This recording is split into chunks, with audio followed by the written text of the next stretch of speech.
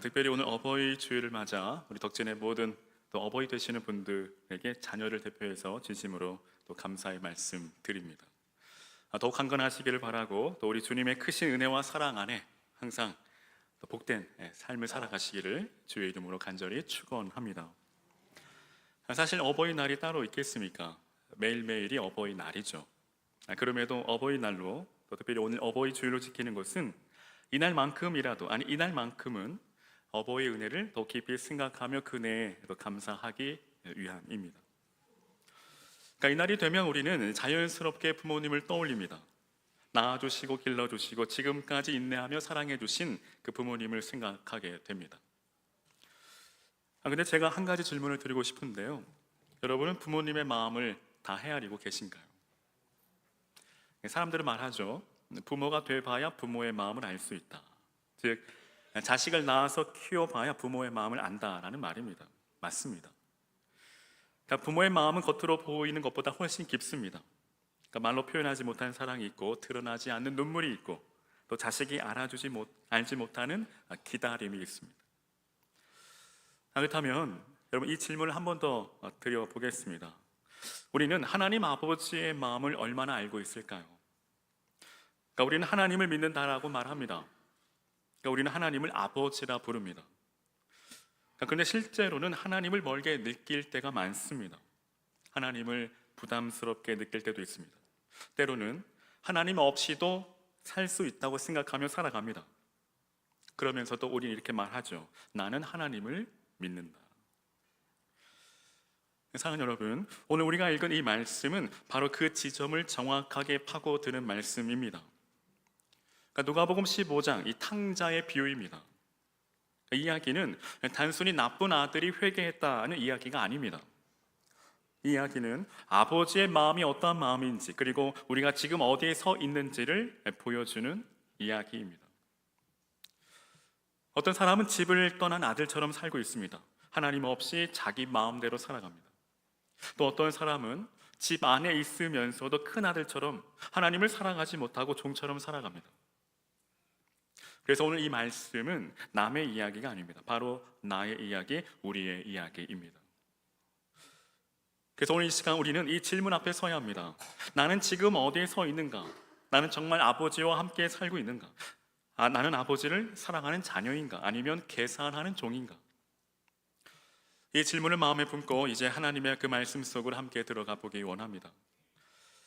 사랑하는 여러분, 오늘 말씀은 우리가 너무나 잘 알고 있는 말씀이죠. 앞서 말씀드린 것처럼 이 본문을 탕자의 비유라고 말합니다. 근데 사실 이 제목은 조금 아쉬운 면이 있습니다. 왜냐하면 이 이야기를 자세히 들여다보면 이 비유의 중심은 방탕한 아들이 아니라 그 아들을 기다리고 맞이하는 아버지이기 때문입니다. 물론 둘째 아들의 이 방황이 주요합니다. 둘째 아들이 집을 떠났고 재산을 탕진했고 비참한 자리까지 내려갔고 다시 아버지께로 돌아옵니다. 그래서 우리는 자연스럽게 그 아들에게 시선을 빼앗깁니다.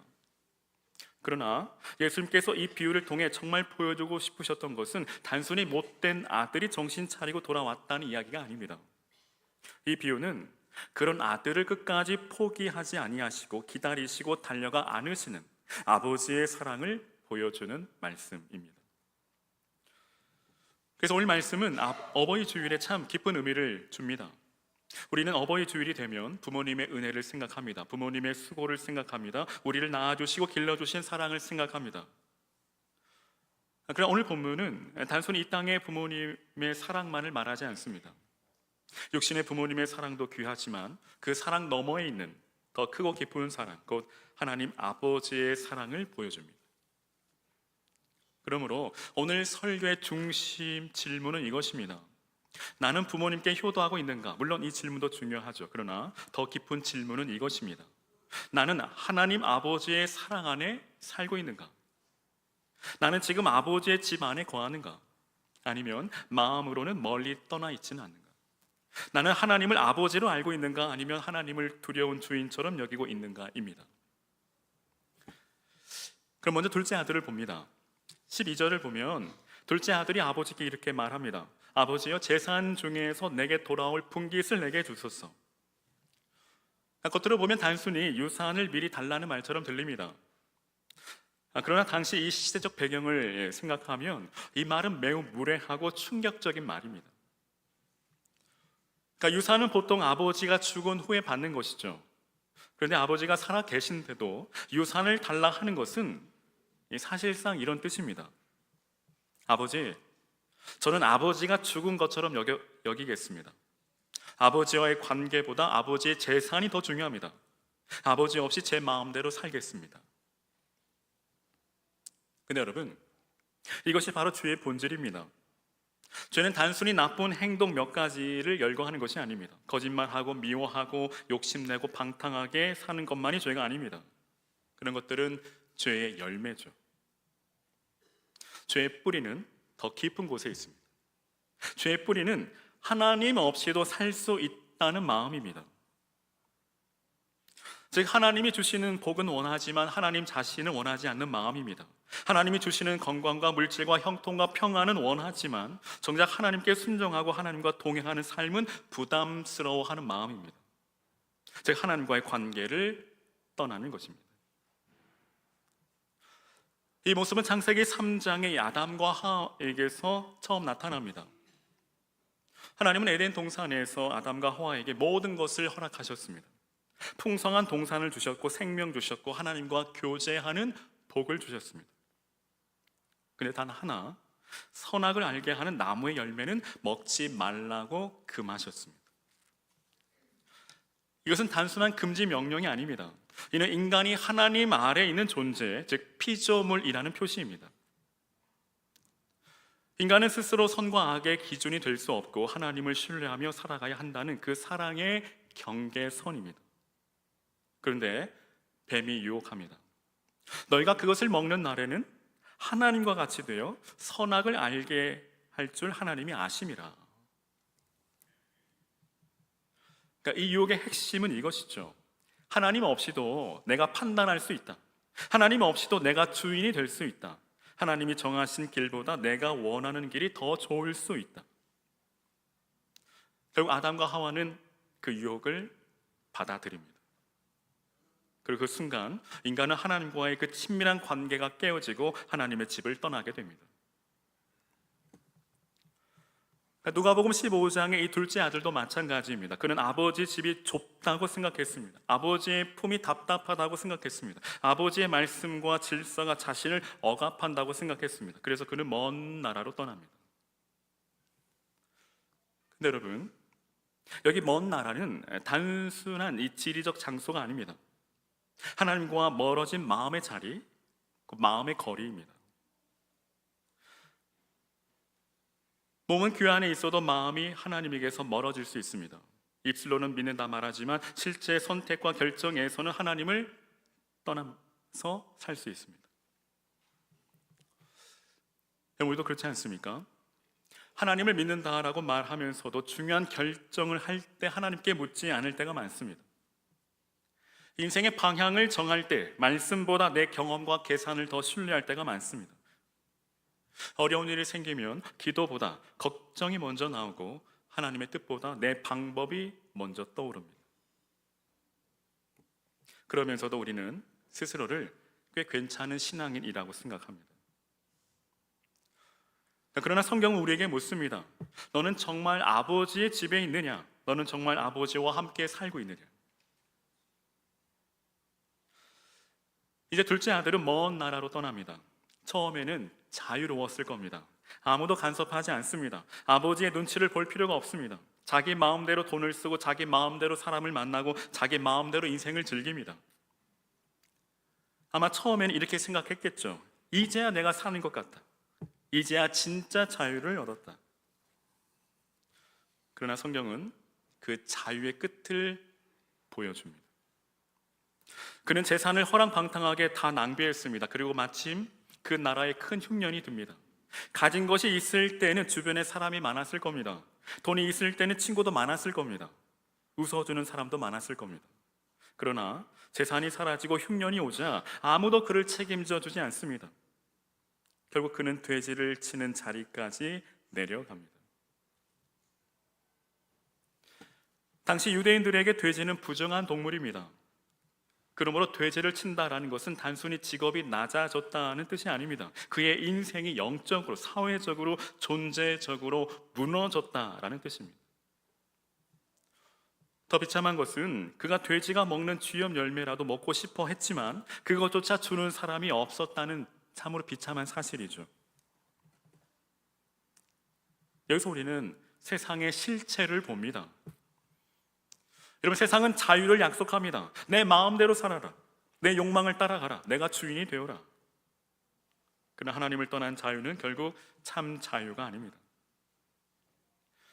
하나님을 떠나면 자유인이 되는 것이 아니라 다른 것의 종이 됩니다. 돈의 종이 되고, 욕망의 종이 되고, 인정의 종이 되고, 성공의 종이 되고, 사람의 시선의 종이 되고 맙니다. 여러분, 요나를 생각해 보십시오. 하나님께서 요나에게 니느웨로 가라고 말씀하십니다. 그러나 요나는 하나님의 뜻이 마음에 들지 않았죠. 그래서 그는 정반대 방향인 다시스로 도망갑니다. 요나는 배를 탔습니다. 돈을 냈습니다. 자기 계획대로 움직였습니다. 겉으로 보면 자유롭게 선택한 것처럼 보입니다. 그러나 하나님을 떠난 그 길에는 풍랑이 있었습니다. 결국 요나는 바다에 던져지고 물고기 뱃속까지 내려갑니다. 성경은 요나의 이야기를 통해 우리에게 말합니다. 하나님을 떠난 길은 처음에는 자유롭게 보이지만 결국 내려가는 길이다. 요나는 다시스로 내려갔고, 배 밑층으로 내려갔고, 바다 깊은 곳으로 내려갔고, 물고기 뱃속까지 내려갔습니다. 탕자도 마찬가지입니다. 먼 나라로 갔고, 재산을 잃었고, 굶주렸고, 돼지 우리까지 내려갔습니다. 근데 여러분, 놀라운 은혜는 바로 그 바닥에서 시작된다라는 것입니다. 오늘 17절을 보면 이에 스스로 돌이켜라고 말씀합니다. 이 표현은 단순히 정신을 차렸다라는 말처럼 보입니다. 그러나 신앙적으로 보면 이것은 은혜가 시작된 순간입니다. 왜일까요? 왜 은혜일까요? 인간은 스스로 하나님께 돌아갈 힘이 없습니다. 우리가 하나님을 먼저 찾은 것 같지만 사실은 하나님께서 먼저 우리를 찾으신 것입니다. 우리가 회개한 것 같지만 사실은 성령께서 우리의 마음을 깨우치신 것이죠. 그래서 은혜라는 것입니다. 둘째 아들은 그 자리에서 아버지의 집을 떠올립니다.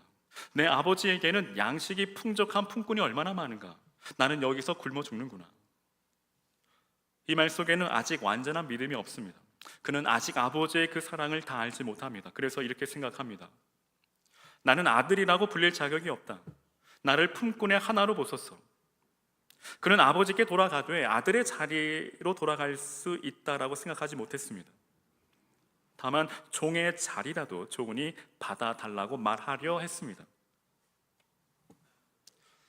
이 모습은 베드로에게서도 찾아볼 수 있죠. 베드로는 예수님을 사랑한다라고 장담했습니다. 모두 주를 버릴지라도 나는 버리지 않겠습니다. 주와 함께 죽을지언정 주를 부인하지 않겠습니다. 그러나 막상 예수님이 붙잡히시자 베드로는 두려움에 무너집니다. 예수님을 3번이나 부인합니다. 그또 마지막에는 저주하며 맹세합니다. 나는 그 사람을 알지 못한다. 그때 닭이 울었습니다.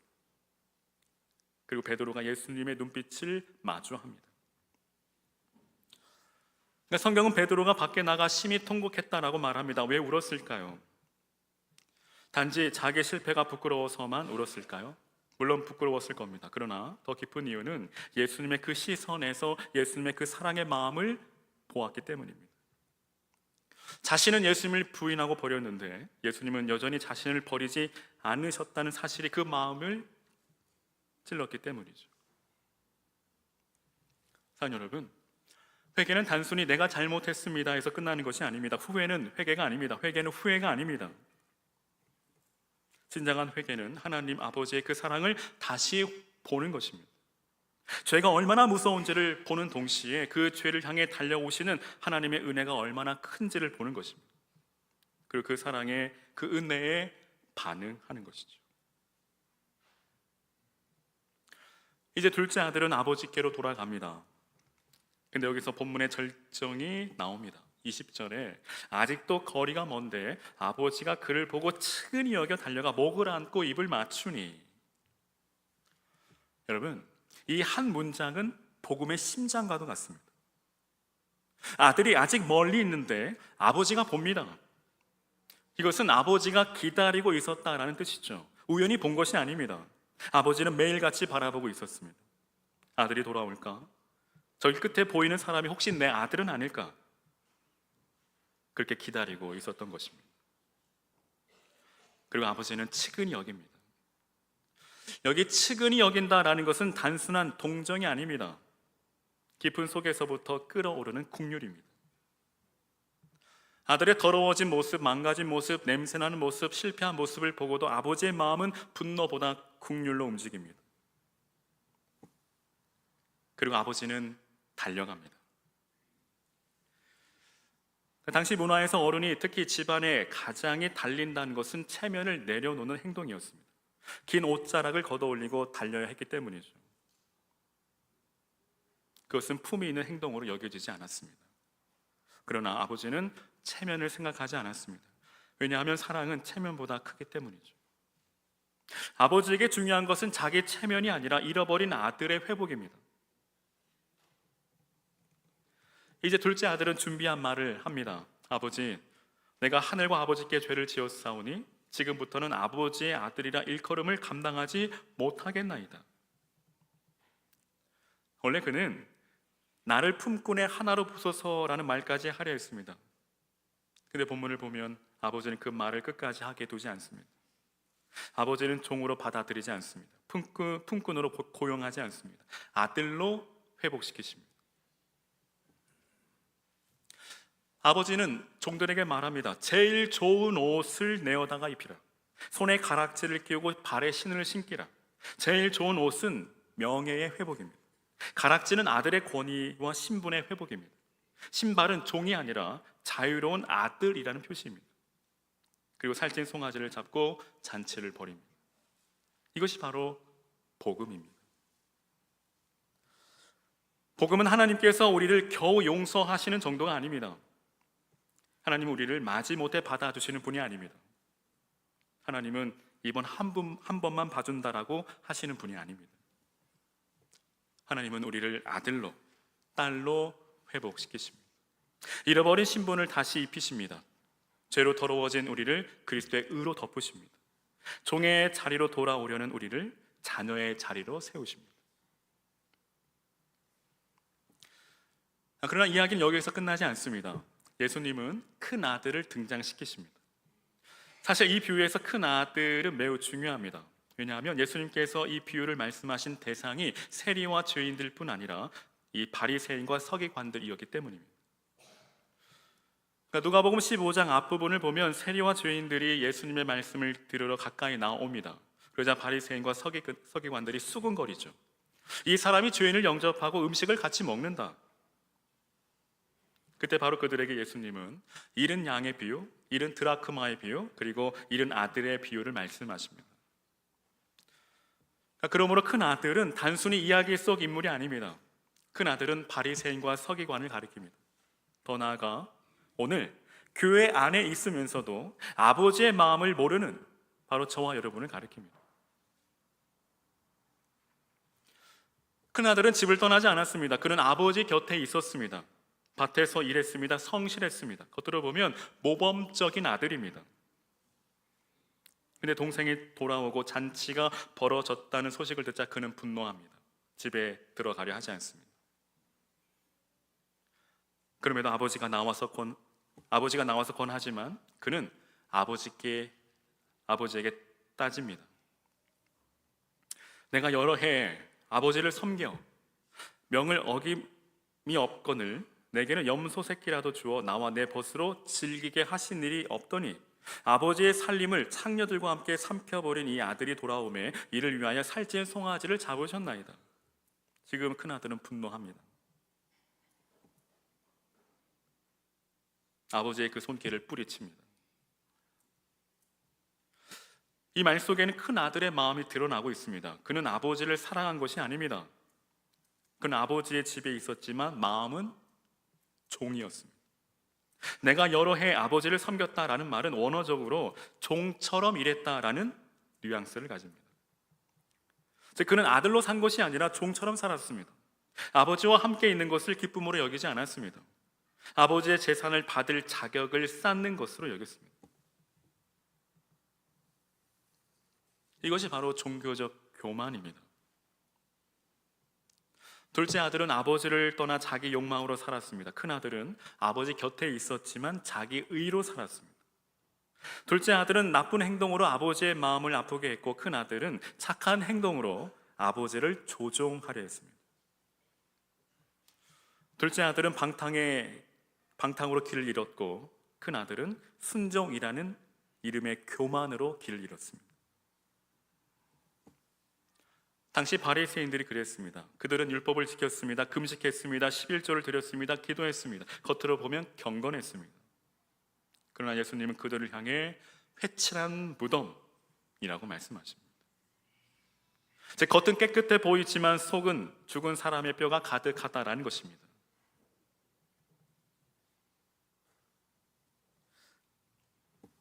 왜일까요? 그들의 신앙이 하나님을 사랑하는 신앙이 아니라 자기 의를, 자기 공로를, 자기 이름을 드러내는 신앙이었기 때문입니다.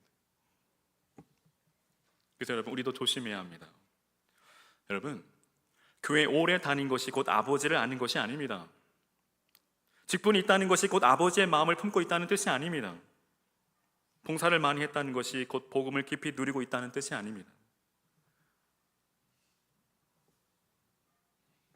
오히려 우리는 교회 안에서 큰 아들이 될 수 있습니다. 내가 이렇게 했는데 왜 내게는 이것을 안 주십니까? 나는 이렇게 충성했는데 왜 저 사람에게 은혜를 주십니까? 저 사람은 저렇게 살았는데 왜 하나님이 받아주십니까? 오늘 이 바리새인과 같은 이 마음이 오늘 우리 안에 있다면 우리는 큰 아들의 자리에 서 있는 것입니다. 큰 아들은 아버지의 은혜를 기뻐하지 못했습니다. 왜냐하면 그는 은혜의 사람이 아니라 공로의 사람이었기 때문입니다. 은혜를 아는 사람, 은혜를 경험한 사람은 다른 사람이 회개할 때, 회복할 때 함께 기뻐합니다. 그러나 공로에 사로잡힌 사람은 다른 사람이 은혜 받을 때 불편해합니다. 왜냐하면 은혜는 내 공로를 무너뜨리기 때문이죠. 근데 놀라운 것은 아버지가 큰 아들에게도 나아간다는 사실입니다. 둘째 아들이 멀리 있을 때 아버지가 달려갔듯 큰 아들이 집에 들어오려 하지 않을 때에도 아버지는 밖으로 나가 그를 맞이하려 합니다. 아버지는 둘째 아들만 사랑하는 것이 아니라 큰 아들도 사랑하십니다. 즉, 방탕한 죄인도 사랑하시고 자기 의에 갇힌 종교인도 사랑하십니다. 집 밖에 있는 죄인도 찾으시고 집 안에 있으면서도 마음이 밖에 있는 아들도 찾으십니다. 아버지는 큰아들에게 말합니다. 너는 항상 나와 함께 있으니 내 것이 다 네 것이다. 이 말은 참 따뜻합니다. 아버지는 큰아들을 꾸짖기보다 먼저 관계를 상기시킵니다. 너는 종이 아니다. 너는 내 아들이다. 너는 항상 나와 함께 있었다. 내 것이 다 네 것이다. 큰아들이 잊고 있었던 것은 이것입니다. 아버지와 함께 있는 것 자체가 복이라는 사실을 그는 몰랐습니다. 사랑하는 여러분, 신앙의 가장 큰 복은 하나님이 주시는 그 어떤 선물보다 하나님 자신입니다. 우리가 하나님을 믿는 이유는 단순히 복을 받기 위해서가 아닙니다. 하나님이 우리의 아버지이시기 때문입니다. 하나님과 함께 있는 것이 복입니다. 하나님을 아는 것이 생명입니다.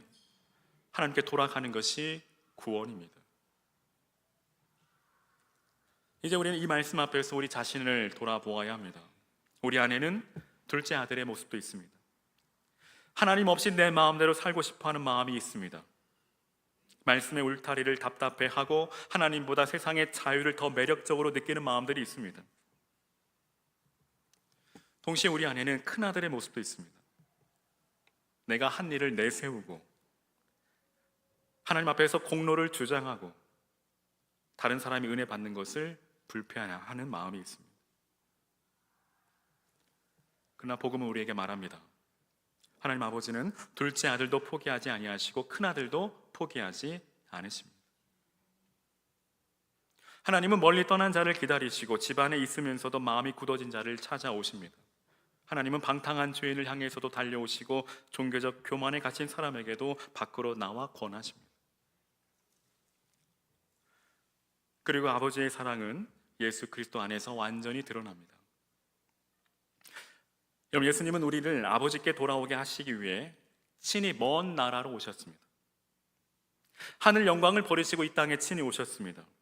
죄인들의 자리로 내려오셨습니다. 십자가에서 우리의 죄를 대신하셨습니다. 우리가 입어야 할 수치의 옷을 예수님이 입으셨고 우리가 받아야 할 심판을 예수님이 받으셨습니다. 그래서 우리는 다시 아버지 집으로 돌아갈 수 있게 되었습니다. 탕자가 돌아올 때 아버지가 달려가 안아주었다면 십자가는 하나님께서 죄인을 향해 달려오신 가장 분명한 사건입니다. 하나님은 멀리서 기다리기만 하시는 분이 아닙니다. 하나님은 친히 우리에게 오셨습니다. 그리고 예수 그리스도의 십자가를 통해 우리를 품으셨습니다. 그러므로 오늘 우리는 결단해야 합니다. 둘째 아들처럼 먼 나라에서 돌아와야 합니다. 하나님 없이 살 수 있다는 교만한 마음을 내려놓아야 합니다. 내 욕망을 따라 살던 길에서 돌이켜야 합니다. 동시에 큰 아들처럼 집안에 있으면서도 아버지의 마음을 모르던 그 냉랭함에서도 돌아서야 합니다. 신앙을 거래로 여겼던 마음, 봉사를 공로로 여겼던 마음, 은혜보다 비교에 사로잡힌 마음을 내려놓아야 합니다. 사랑하는 여러분, 어버이 주일에 우리가 기억해야 할 가장 중요한 메시지는 이것입니다. 부모님의 사랑은 하나님의 사랑을 비추는 작은 거울입니다. 부모님도 완전하지 않습니다. 자녀도 완전하지 않습니다. 가정도 완전하지 않습니다. 때로는 상처가 있고 후회가 있고 미안함이 있고 풀리지 않는 관계가 있습니다. 그러나 복음은 우리에게 말합니다. 하나님 아버지의 사랑 안에서 관계는 다시 회복될 수 있다. 하나님 아버지의 은혜를 받은 사람은 부모를 다시 바라볼 수 있고 자녀를 다시 품을 수 있고 가정을 다시 세울 수 있다라는 것입니다. 그러 오늘 저와 여러분 아버지 집으로 다시 돌아오시기를 바랍니다. 몸만 교회에 있는 것이 아니라 마음도 하나님께 돌아오시기를 바랍니다. 이제 더 이상 종의 마음으로 신앙생활 하지 말고 자녀의 마음으로 하나님 앞에 서시기를 바랍니다. 하나님은 우리를 품꾼으로 부르시는 분이 아닙니다. 하나님은 우리를 자녀로 회복시키시는 분이십니다. 하나님 아버지는 오늘도 우리에게 말씀하십니다. 너는 내 아들이라. 너는 내 딸이라. 내가 너를 기다렸다. 나는 너를 절대 포기하지 않는다. 이제 돌아오라. 내 품 안에 거하라. 오늘 이 말씀 앞에, 이 음성 앞에 오늘 믿음으로 반응하여 이제는 아버지 품을 향해 달려가 그 품 안에서 아버지의 크신 사랑과 은혜를 깊이 경험하며 살아가시는 저와 여러분 되시기를 주의 이름으로 간절히 축원합니다. 그리고 한 걸음 더 나아가 5월 이 가정의 달을 맞이하여 아버지 하나님 그 다음 없는 사랑과 끝없는 사랑과 변함없는 사랑으로 우리 육신의 부모님을 공경하고 또 자녀를 축복하고 또 가정을 복음 안에서 참으로 귀하고 아름다운 믿음의 가정으로 축복의 가정으로 함께 세워가시는 저와 여러분 되시기를 주님의 이름으로 간절히 축원합니다.